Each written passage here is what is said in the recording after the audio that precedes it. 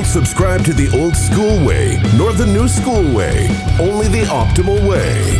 The 80-20 Baseball Experience with Coach Bo. Welcome to the 80-20 Baseball Podcast, the 80-20 Baseball Masterclass. This is Coach Bo. Great to have you guys here. Just a reminder before we get into this, I'm going to try to keep these episodes at 30 minutes unless I'm doing those intermittent interviews. I'm trying to keep it at 30 minutes. I think that is a great length. And I think we do a good job of getting a lot of information in just 30 minutes. With that said, I will be infusing information and strategies and tips into these episodes as we move forward that align with the part of the year that we're in. So like right now, for youth baseball especially, and even high school baseball, this is early preseason.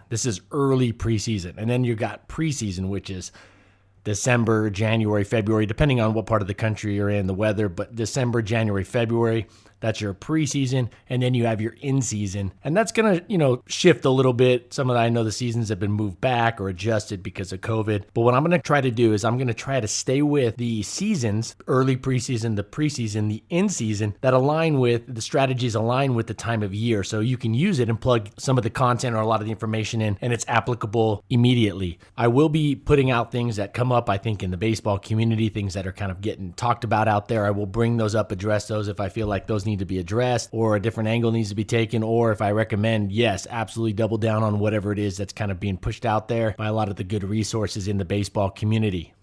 Today, we're going to talk about what baseball should be used for, what youth baseball, especially high school baseball, should be used for first and foremost. Part 2, hitting approach, and part 3, ingredient number 6 for designing elite drills. All right, part 1, coaches, baseball and youth sports, and even up through high school, maybe college and beyond, college and pros, it falls under a different umbrella, into a different category. But youth coaches, from the time they start at 5, 4, 3, 6, 7, 8, 9, 10U, whatever it is, all the way through high school, for almost every single player baseball should be used as a vehicle, first and foremost, as a vehicle that helps to prepare our youth, our young adults, for the real world, disguised as an enjoyable game. It should be a platform to get our players, our youth, our kids, the young adults, the teenagers in our society better prepared for the real world in a way that's a lot of fun, in a way that's fun in disguised in a game. So baseball, the most important thing we should as adults use it for is a fun training ground for life. Do not forget this, please. That's the number one goal. And I'll tell you what, if you do it right, you will win more also. If you're in it only to win,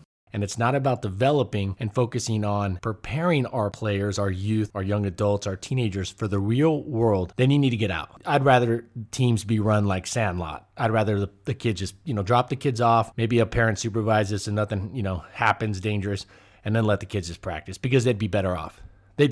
All right, coaches, the majority, if not all of what you're doing needs to be wrapped into or wrapped around the philosophy, the mindset, the paradigm that you're using youth sports, in this case, baseball, and even up through you high school coaches. You are using it first and foremost as a vehicle to get players more prepared for life ahead. The great thing is that it's disguised as an enjoyable game. So it's just a fun learning ground. It's a fun learning environment. But let's not forget what the purpose truly should be. That doesn't mean you should go out there and try to lose. I'm not saying that. All right. And most of you that have listened to me for a while, it's not about either or. It's not mutually exclusive. With that said, I just wanted to remind you, coaches, keep that first and foremost whenever you're out there, whenever you're not sure what to say, or if you get a little frustrated or angry, or you need to just know what the next step is in your coaching. First and foremost, it needs to be, is this something that's going to get them better prepared for life?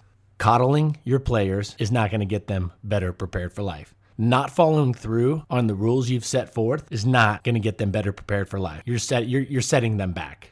Putting winning ahead of everything else, especially when it involves things that cross the line of cheating, but just in terms of playing players that don't hustle, but they're talented, playing players that don't show up to practice, but they're talented, you're sending the wrong message. And in life, those kids are going to get run over. Those kids are going to get steamrolled by life for the most part.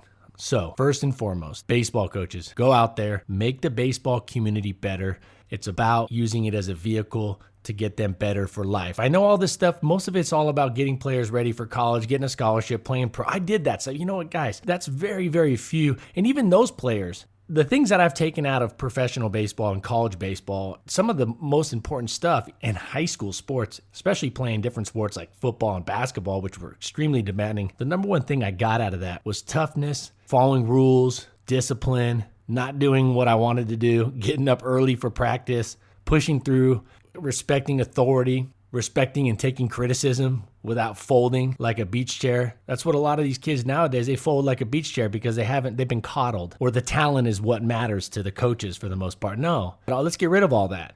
I would rather youth leagues have way fewer coaches and let kids go out there and have a mom in the stands or a dad in the stands who's doing stuff on the laptop, working, but just keeps an eye out on safety and making sure nothing's going on, or there's no fights or, some safety issue going on with the drill or whatever, and just let the kids practice, because it actually probably get a lot better and it would be a lot better for them in the long run. Now, there's so many of you great coaches out there, though, that understand the importance of using youth sports, baseball in this case, first and foremost, as a training ground for life. Not a training ground to win the next game necessarily, but as a training ground to a better life. All the things that, and to kind of finish up what I was getting at there about my childhood and youth sports, and this is not just with me, I don't think it's anecdotal, I think this holds true across the board for almost every young player. The things that are going to last them when they're 40 and 50 years old and they get into the real world, the things that are going to last them is not that push to win. Yes, competitive, but competitive with oneself.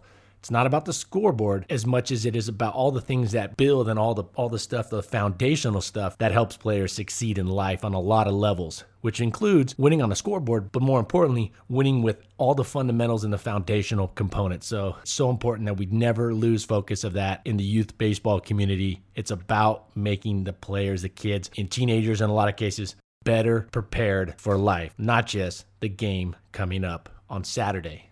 Now, speaking of getting ready for the game on Saturday, hitting approach. There's 3 approaches hitters should have. I've simplified all the confusion, all this years and the plethora of discussion when it comes to hitting approaches. I'm going to take off some of these elite pro hitters, major league guys, elite, who have just crazy scouting reports. Okay, I'm going to put those guys aside, but for 99.9999% of all baseball players, that's not you. All right. So I'm going to put those guys aside. So don't go, don't email me and say, well, I know Joey Votto does this on the 3. Okay. All right. Let's put all those guys aside. And let's talk about the 99.9999% of all baseball players. You need 3 approaches, and only 2 of them involve actually a swing or preparing to swing. Plan A, as I call it. You can call it whatever. Plan A is used when the count has 0 or 1 strike. So less than 2 strikes. You're in Plan A. And here's the approach. Here's what you're doing.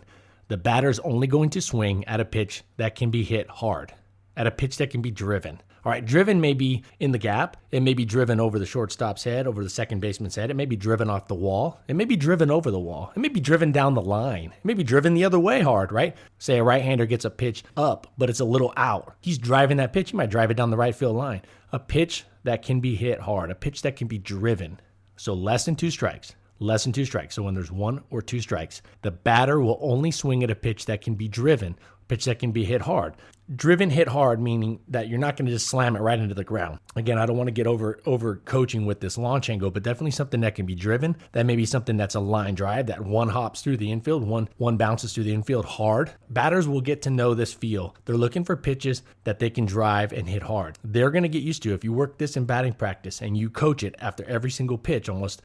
So that's it. Plan A. Less than 2 strikes. Batters only swinging at a pitch that can be driven, not strikes. It's not about strike zone discipline with less than 2 strikes. It's not about strike zone discipline with less than 2 strikes.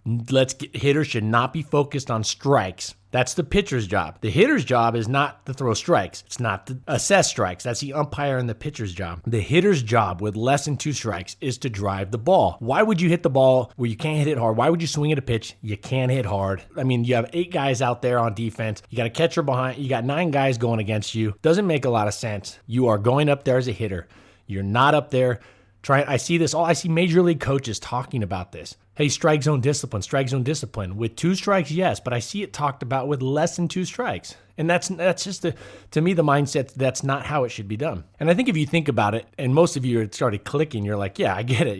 Coach Bo, you're right about this because this is just how it is. It's not about my way or that way. It's just about the best way. That's what this is all about. 80-20 baseball is about giving you the best way. I think this is the absolute best and the most simplified way and the best way to go up there and have a hitting approach. I'm not talking about swings. I'm not talking about like where your elbow's at, feet, timing. Okay, I consider that something a little bit separate. That's more physical rather than a mental and a visual thing. We're talking mental and visual here. So hitters looking for a pitch that's coming in. When the pitch is coming in, it's something that can be driven hard with less than 2 strikes. That may be a hanging breaking ball. That may be a changeup that's up. Typically, it's going to be pitches up. Now, I know Mike Trout and then there's certain hitters that crush pitches down. So if you have a hitter that crushes pitches in the lower part of the zone or lower part of the hitting zone, then go ahead and they're going to get the go ahead. Each hitter is going to know where they want the pitch and where they really crush pitches. And that's something they're going to feel out in batting practice. So when you're working with them and you're telling them, it's really simple feedback. Did they swing? Did they hit the pitch hard or did they not? Sure, there's going to be pitches that they just missed and things. It's not always going to be like, it could be like you could get 10 pitches in your hitting zone, like in your zone where you like the hitter gets it right where they usually crush it. They're not going to crush all 10,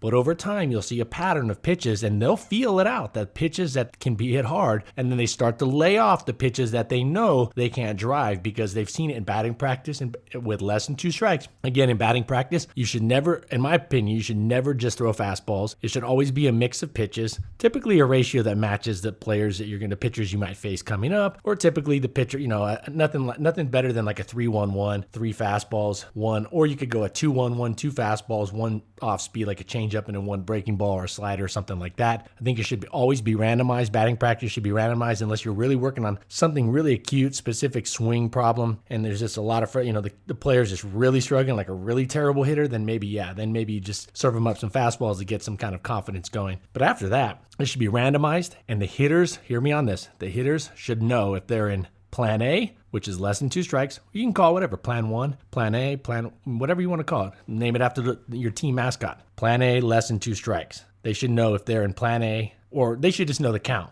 Less than 2 strikes here. Every batting practice round, the hitters should know or be told there's 2 strikes or less than 2 strikes. There's so many bad 2-strike approaches and so many bad less than 2-strike approaches. And the coaches are, hey, you gotta have a better 2-strike approach. You gotta know what, early on in the count, if you're ahead in the count, you gotta look. We gotta practice it. Plan B is with 2 strikes. Plan B, or you can call it plan 2 or plan whatever, is used with 2 strikes. The batter is looking to swing at any pitch in the strike zone or within a few inches of the strike zone. So this is where strike zone discipline, but I don't like the word discipline. I think this is strike zone knowledge comes into play. Plan B, all right, or plan 2. Plan 2 is a good one. Hey, plan 2, right now you know that it's 2 strikes. That's a good way to call it. Thinking about it now, plan A would be my less than 2 strikes. Plan 2 would be my 2-strike approach. Kind of gives it like a nice consistency with number 2. Plan 2 is with less than 2 strikes, and the batter is looking to swing at a pitch in the strike zone or within a few inches of the strike zone. Now, in youth baseball, you might need to expand it to 3 or 4 inches, but here's the catch. Here's the problem. Now you're really playing, it's kind of a catch-22. You swing at it, now it's really difficult to hit, or you might not hit it. Better off taking a chance with the umpire. I think that's something as they get older, within a few inches of the strike zone is always. I don't know who it was, a major leaguer, take a pitch on, it was an all-star, I'm drawing a blank on his name. He took a pitch, it was an inch off the plate. Yeah, in the vertical rectangle on the TV, it was outside of the vertical rectangle. It wasn't in the strike zone, the technical strike zone, but it was 1 inch away. And he started arguing with the umpire, and I thought, he's technically right, but he should not have let that pitch go by. That pitch was 1 inch from the strike zone. 1 inch? At 95 miles an hour, he can't tell me he knows for sure that's in or out all the time. 1 inch away from the strike zone, and I mean 1 inch, not 2-3 inches. It was 1 inch. He's got to put a swing on that. I think that's something. He got a little upset at the umpire. Technically it wasn't a strike, but also if I'm the coach saying, hey, that's 1 inch from the strike zone with 2 strikes. You got to put the bat on. You got to put some wood on. You got to put some metal on that ball, or at least good attempt. Now with 2 strikes. You're looking to swing. Now you become some player or a hitter that's looking to know the strike zone and not take a pitch in the strike zone or within a few inches. And you're looking to swing as hard as you can. In plan A, if you get fooled, I'm going to go back to plan A. If a hitter gets fooled on a changeup or a hitter gets fooled on a breaking ball, that doesn't mean if they sit back on a breaking ball. Sitting back and pushing the hands and holding the hands back a little bit on a breaking ball and things like that is totally awesome. If a hitter gets fooled in plan A, I would teach them to swing through it. I never want to see hitters in plan A, less than 2 strikes, slow the bat up to make contact. It's not about making contact. It's about scoring runs. And hitters and offenses that look to go up there and make contact with less than 2 strikes do not score as many runs. They don't produce as many runs as offenses that look for better pitches. They'd rather swing through that first pitch changeup. They'd rather swing through it and live to see the next pitch, because it's better to be up there with 1 strike than it is to be on the bench as a hitter with 1 out for your team already. Now, in plan B, you're looking to swing as hard as you can. The great major league hitters. I saw Ronald Acuna hit a 2-strike pitch the other day, like 490 feet, just an incredible distance. It was 2 strikes. So was he up there protecting? No way. No way you hit a ball that far. No way you hit a ball that far if you're in protect mode. Sure, if that pitch was off the plate a little bit or down a little bit below the zone, sure, he might not have been swinging like he did to hit it 495 feet. Remember, and as a pitcher that played all the way through college and professional baseball, you're not always hitting your spots. And even the great pitchers that have far better accuracy than I ever had, those guys are missing. All right, they're missing with 2 strikes. They're hanging balls. They're throwing cookies with 2 strikes. So if a hitter goes up there in protect mode, they're going to get a pitch that should be driven. They're going to hit it a weak pop-up or a soft ground ball, something that it was a mistake and it should have been capitalized. So if they go up there in a default mode, I'm looking to protect. What happens when you get a meatball? Don't assume the pitcher is just going to pinpoint. They're not all painters, all right? Don't give them credit. They're not all Picasso up there. So with 2 strikes, hitters are looking to swing as hard as they can, but with 2 strikes, they may get fooled on a changeup. Then they got to slow down. They got to put the ball in play. There's a caveat to like a double play situation.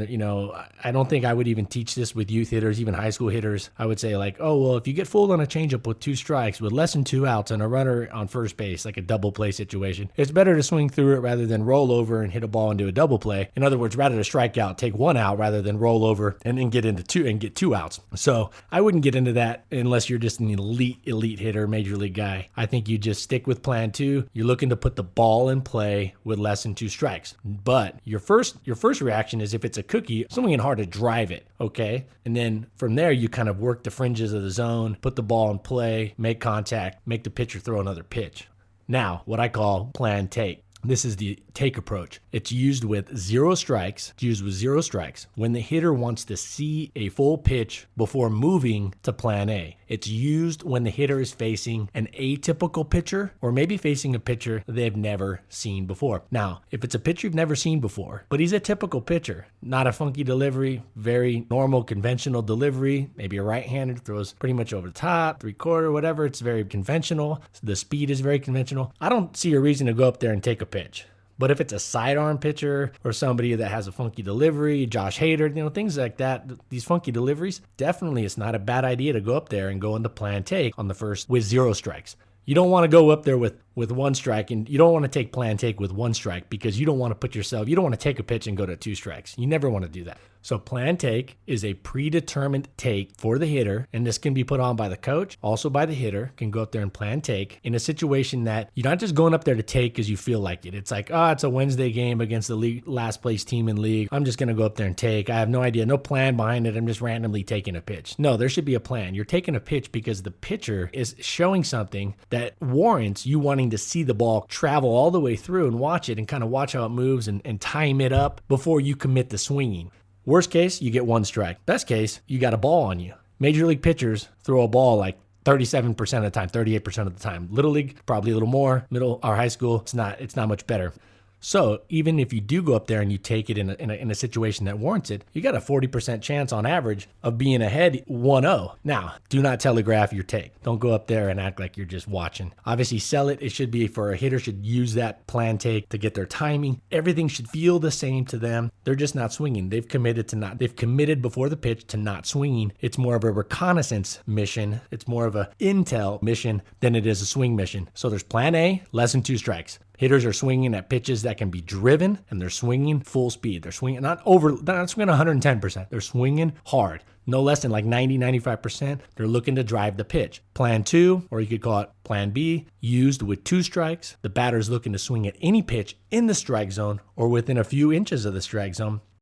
Plan take, the third plan, is one that doesn't involve any swing. It's basically a reconnaissance at intel. You're trying to get some information, some timing. You're trying to see it. And don't just go up there with, willy-nilly, I'm going to take this pitch. It should be against an atypical pitcher, maybe atypical velocity, slow or fast, atypical delivery, something that's just a little different, okay, non-conventional, because you want to see it. Or maybe you haven't hit in a long time. Okay, there's certain situations where it just would probably be better. You're playing the percentages. It would be better to see a pitch than it would be to swing at a pitch and go from there. All right, plan A, plan B or / plan 2, and plan take. Now, you probably couldn't tell here, but the enthusiasm for this is through the roof for me. All right, there's a lot of good stuff I share with you. I feel like a lot of this is something that I did. A lot of the good stuff I share with you, I've taken and combined from a lot of different great resources, all the great coaches that have come before us, coaches that are in the game right now, and I've kind of compiled it together, curated it. But this is something that I didn't curate. This is something I didn't get from anybody. This is something I just sat down. I go, over a course of a couple years, I said, this hitting approach is talked about a million different ways, but there's got to be the absolute simple best way to do it. There's got to be an optimal way to do it. There has to be. The game of baseball hasn't changed for 100 and some odd years. I mean, yeah, little things change, but the mound distance, the direction of the mound, the angles of the bases, the rules of the game are almost unchanged. Physics is physics. So there's a lot of things that are not changeable. If you work for SpaceX, there's a lot of, or I should see it even like a technology company. It's always changing. It's always changing, with the web and things, because there's so much. Baseball is not exactly like that. There's definitely some changes, some pivots, but I'm telling you, I'm fired up about this hitting approach. I couldn't vouch for anything more than anything else I've shared with you. This is at the very top of the list as far as, without a doubt, certainty, this is the way to go for hitters. Plan A, plan B or / plan 2, plan take. It covers everything else. All right, covers everything else. So you don't go up there, what are you looking for in a 3-1 count? 0-1, first pitch. No. You shouldn't be up there going, you got to swing more first pitch or swing less first pitch. The pitcher dictates when you swing. You're just ready to swing. The pitch dictates, not the pregame pep talk that says, hey, we're taking too many first pitches. Well, all of a sudden you roll into that game, the next game, and that pitcher's not throwing strikes first pitch. So what are you going to do? Are you going to swing, right? Are you going to swing because you had this pregame pep talk that said, hey, we're not swinging at enough first pitches, or we're taking too many strikes first pitch? Well, maybe you're taking too many strikes, but that shouldn't be, let's go swing more. That should be, let's get back to plan A. Let's know and understand what a pitch is that we can drive, and let's swing at that pitch and drive it. All right, let's not take, with plan A, what you don't want are your hitters taking pitches that are pitches they can drive. Not necessarily taking strikes. They may take strikes in plan A. That's fine. But what you don't want is them taking pitches that they should be driving. In plan 2, plan B, they should not be taking strikes, but they should not also go up there in protect mode automatically in plan 2 / plan B and use plan take when you need that extra pitch, or maybe even a couple pitches. If they throw a ball on the first one, maybe in plan take, you watch another one. So worst case, you're at 1-1 after that. All right, ingredient number 6 for an elite drill. Here we go. Ingredient number 6 to make the elite drill. Perfect drill has 8 ingredients. Here is ingredient number 6. Last week, probably one of my favorite, I think last week was efficiency, or last podcast episode, episode 44 was efficiency. We talked about efficiency was the ingredient. That to me is the biggest competitive advantage sitting out there. Efficiency, more reps, more quality reps, but there's a lot of different parts than just efficiency. This one I think is completely understood, and I think coaches completely and fully can see it and see it when it's going on, but it's just a matter of keeping it top of mind and putting it out there. And that is ingredient number 6 for a perfect or optimal drill is competition. The key question you need to ask yourself, coaches, is how can this drill become a better competition? How can a drill become a healthy competition? How can we make every drill competitive in some way and a healthy competition? So I'm reading straight from my Drill Mastery Guide, section 6. Here we go. Great players enjoy competing, and great coaches develop players that thrive in competitive environments. Games are competitions. Thus, coaches should create competitive practice environments to help players prepare to be successful come game time. A well-balanced practice will have both competitive parts and non-competitive parts. When setting up competitive practice drills, a few things must be kept in mind. A competitive drill, which keeps the whole team working together, is ideal. By keeping the entire team working together, the team competes as one cohesive unit. That's ideal. The one team format mirrors the game environment. A second format, and this is probably a little more common, a second format involves groups of teammates competing against each other, and that too can be very effective. Do keep in mind, these split team competitions may lead to some divisiveness amongst teammates, so just keep in mind, keep that in the back of your mind as it's going on. However, and that's why I started off with the key question is how drills can become, or how to make drills a healthy competition. Now, back to the script. However, the pettiness can be minimized or eliminated by fostering a supportive, disciplined team environment from day one.